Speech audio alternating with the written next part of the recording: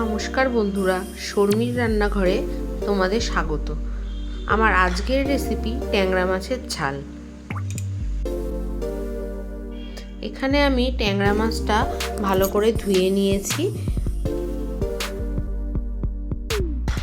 এখানে আমি ফোড়নের জন্য ব্যবহার করেছি গোটা গরম মশলা, আর তাছাড়া নিয়েছি 6-7 কোয়া রসুন, একটু আদা আর 4টে কাঁচা লঙ্কা, একটা পেঁয়াজ, একটা টমেটো, আর নিয়েছি একটু কুচানো ধনেপাতা। এবার আমি মাছগুলোকে লবণ আর হলুদ দিয়ে ভালো করে মাখিয়ে নেব।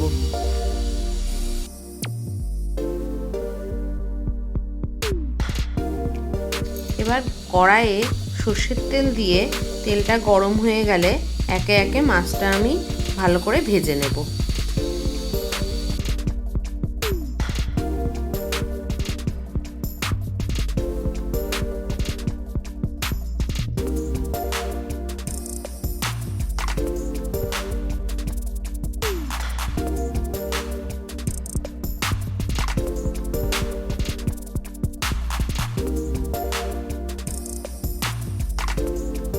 মাছটা আমার ভাজা হয়ে গেছে।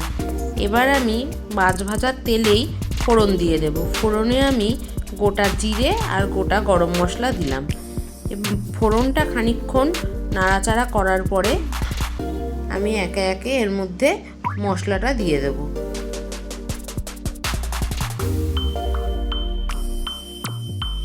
এখানে আমি পেঁয়াজ, আদা, রসুন আর কাঁচা লঙ্কার একটা পেস্ট করে নিয়েছিলাম, সেই পেস্টটাই দিয়ে দেব।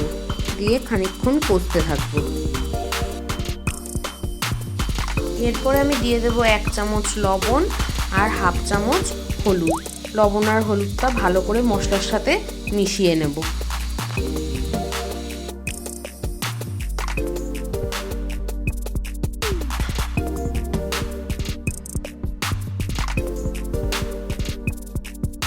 এরপরে আমি দিয়ে দেব 1/2 চামচ জিরের গুঁড়ো, 1/2 চামচ ধনের গুঁড়ো আর 1 চামচ কাশ্মীরি লাল লঙ্কার গুঁড়ো। গুঁড়ো মশলাগুলো ভালো করে মশলার সাথে মিশিয়ে 2-3 মিনিট আর একটু কষিয়ে নেব।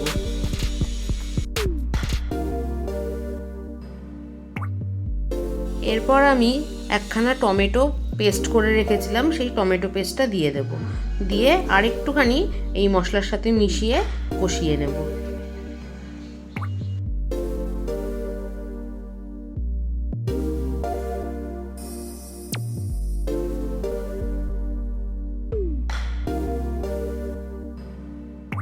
মশলাটা আমার ভালোভাবে কষানো হয়ে গেছে। এবার আমি পরিমাণ মতো জল দিয়ে দিলাম।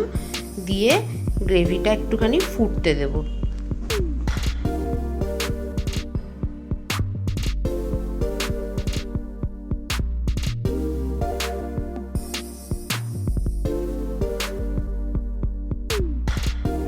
দু 3 মিনিট ফোটার পরে এর মধ্যে আমি এক এক করে মাছ ভাজাগুলো দিয়ে দেব।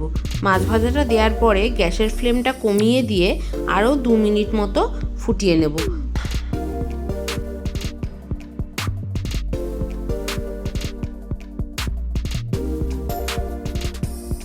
মিনিট 2 ফুটিয়ে নেওয়ার পরে এর ওপরে একটু কুচানো ধনেপাতা ছিটিয়ে দেব।